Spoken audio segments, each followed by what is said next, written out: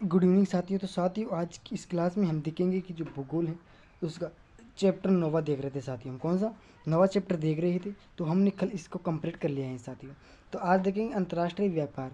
क्या देखेंगे साथियों? अंतर्राष्ट्रीय व्यापार कहने का मतलब है अंतर्राष्ट्रीय व्यापार के प्रश्न उत्तर देखेंगे। ये मतलब है कहने का, आप कुछ मतलब समझना अलग अलग। क्लास शुरू करने से पहले छोटे से रिक्वेस्ट है साथियों कि एग्जाम स्टडी चैनल को सब्सक्राइब करें ताकि सभी क्लासें आप तक पहुँचे, किसी क्लास से आप वंचित न रहे साथियों। तो शुरू करते हैं। तो पहले का पहला क्वेश्चन बताया गया है कि दुनिया के अधिकांश महान पत्तनों को इस प्रकार नियुक्त किया गया है।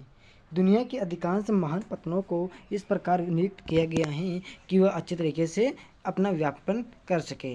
तो वो उत्तर रहेगा व्यापक पतन के अनुसार। इसमें व्यापक पतन में इसको नियुक्त किया गया है। दूसरा है कि निम्नलिखित में से किस महाद्वीप में वैश्विक व्यापार का मुख्य प्रभाव है। क्या है? निम्नलिखित में से कौन सा ऐसा महाद्वीप है जिसमें वैश्विक व्यापार का मुख्य प्रभाव यानी कि काम किया जाता है? तो उत्तरी अमेरिका है साथियों। कौन सा महाद्वीप है? उत्तरी अमेरिका। चौथा क्वेश्चन है कि निम्नलिखित में से कौन सा दक्षिण अमेरिकी राष्ट्र ओपेन का एक हिस्सा है? क्या है कि निम्नलिखित में से कौन सा दक्षिण अमेरिकी राष्ट्र ओपेन का एक हिस्सा है? तो हो जाएगा वेनेजुएला। क्या नाम हो जाएगा? वेनेजुएला इसका बिल्कुल सही सटीक उत्तर हो जाएगा। अगला चौथा है कि निम्नलिखित में से किस ट्रेड ग्रुप में भारत एक सहयोगी सदस्य है? निम्नलिखित में से किस ट्रेड ग्रुप में भारत एक सहयोगी सदस्य है? तो साप्ता। कौन सा ग्रुप है? साप्ता नाम है, इसको आपको याद रखना है।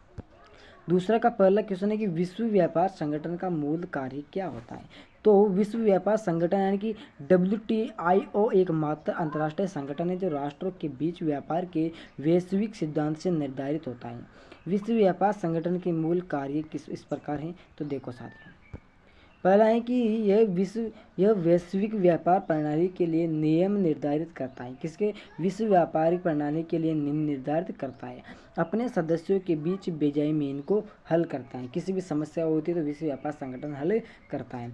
दूसरा है कि WTO सेवाओं में व्यापार भी शामिल है, जैसे कि सिद्धांत अधिकार और अन्य मुद्दे भी हैं। तीसरा है कि व्यापार नीति समीक्षा तंत्र से संबंधित और मित्र को लागू करना। ये किसका है? विश्व व्यापार संगठन का।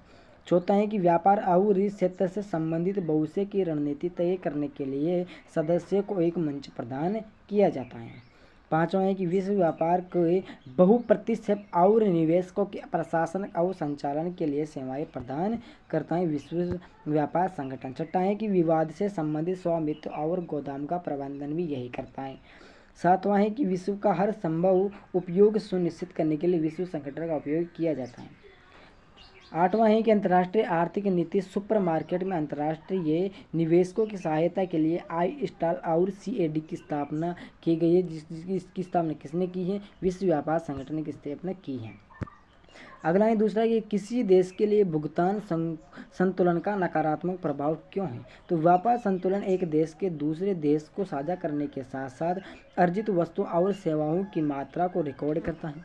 यदि किसी देश के पास मूल्य का अधिक से किसी देश के पास मूल्य से यदि किसी वस्तु है उसका मूल्य अधिक होता है तो देश के पास व्यापार नकारात्मक या संतुलन है। यदि उत्पाद का मूल्य महत्व से अधिक होता है तो देश के निकट व्यापार का सकारात्मक या अनुकूल संतुलन है। व्यापार संतुलन और बैलेंस में देश की अर्थव्यवस्था के लिए गंभीर निहितार्थ यानी कि किसी की कोई वस्तु है उसका बैलेंस बिल्कुल अच्छा मीडियम साइज तो अच्छी बात है, लेकिन ज़्यादा ऊंचा नीचा है तो उसमें गंभीर नियत है, सोचने वाली बात है। भुगतान के नकारात्मक संतुलन का मतलब ये होगा कि देश के सामानों पर सबसे अधिक खर्च होता है, इसलिए अपना माल बेचकर कमा सके, इससे अतः आपके वित्तीय भंडार समाप्त हो जाएंगे। ये इसका कहने का यह मतलब है। क्लियर? तीसरा क्वेश्चन है कि व्यावसायिक समूह बनाने से राष्ट्रों को क्या लाभ होता है? तो व्यावसायिक समूह उपभोक्ता राष्ट्रों को मिलने वाले लाभ निम्नलिखित है साथियों। तो देख से बारी बारी करके। पहला है कि ये समुच्चय क्या है? पहला बताया गया है कि ये समुच्चय वाले देशों के बीच व्यापार खंड में समानता और समृद्धि को बढ़ावा देता है। क्या है? समुच्चय वाले देशों के बीच व्यापार खंड में समानता और समृद्धि को बढ़ावा देता है और ऊंचे स्तर के देशों के व्यापार पर अलगाव को बढ़ावा देता है।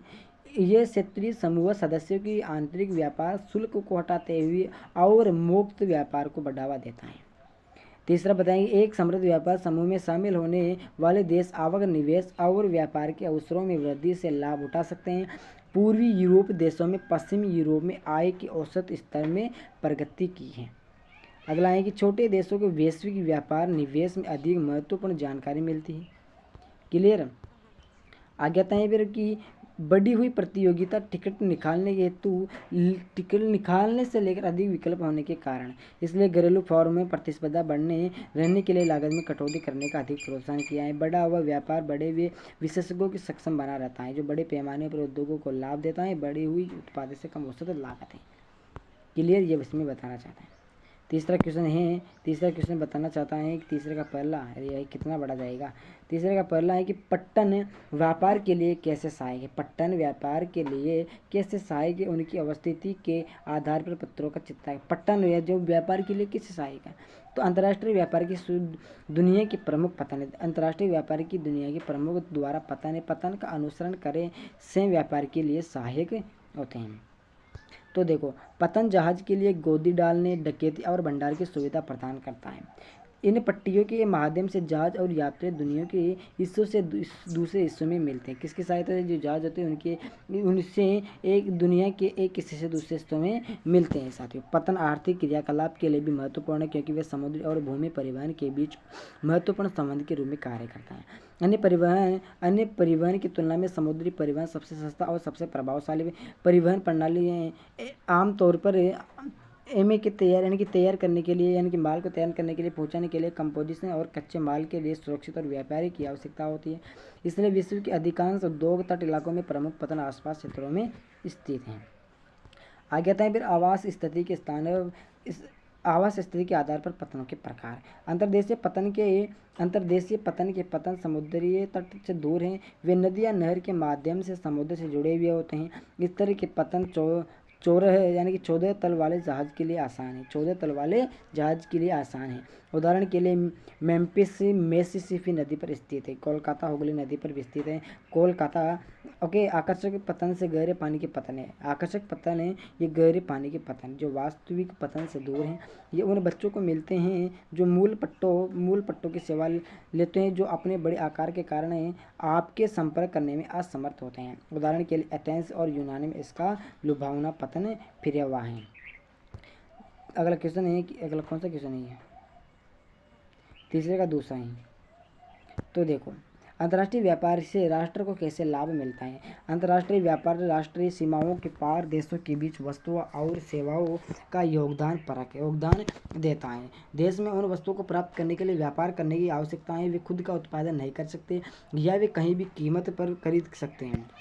अंतर्राष्ट्रीय व्यापार सामान और सेवाओं का असंगत लाभ, संपूरकता और स्थानांतरणीयता के सिद्धांत पर आधारित है, और सिद्धांत के रूप में व्यापार समान के लिए समान रूप से अद्वितीय होना चाहिए। आगे है कि विश्व के देश प्लोट से अंतर्राष्ट्रीय व्यापार से लाभ प्राप्त करते हैं। दुनिया के राष्ट्रीय संसाधन रूप से भरे हुए हैं। खनिज लवणों के औद्योगिक विकास के लिए आदान प्रदान करता है। इस प्रकार अंतर्राष्ट्रीय व्यापार देशों के माध्यम से उन घटकों के शामिल करने में सक्षम होते हैं, प्रारूप कम करते हैं और निदेशों में उपलब्ध सामग्रियों के भागीदार होते हैं। आगे बताया गया है कला और शिल्प के विषय ज़्यादा इंपॉर्टेंट भी नहीं है, क्योंकि यहाँ तक आपको नहीं करना है, आपको यहाँ तक ही करना है साथियों, क्योंकि ज़्यादा बड़ा करोगे तो आपको याद भी नहीं रहेगा साथियों। क्लियर। तो हम कल 10वां अध्याय देखेंगे। ये हमारा पार्ट 9वां भी खत्म हो चुका है।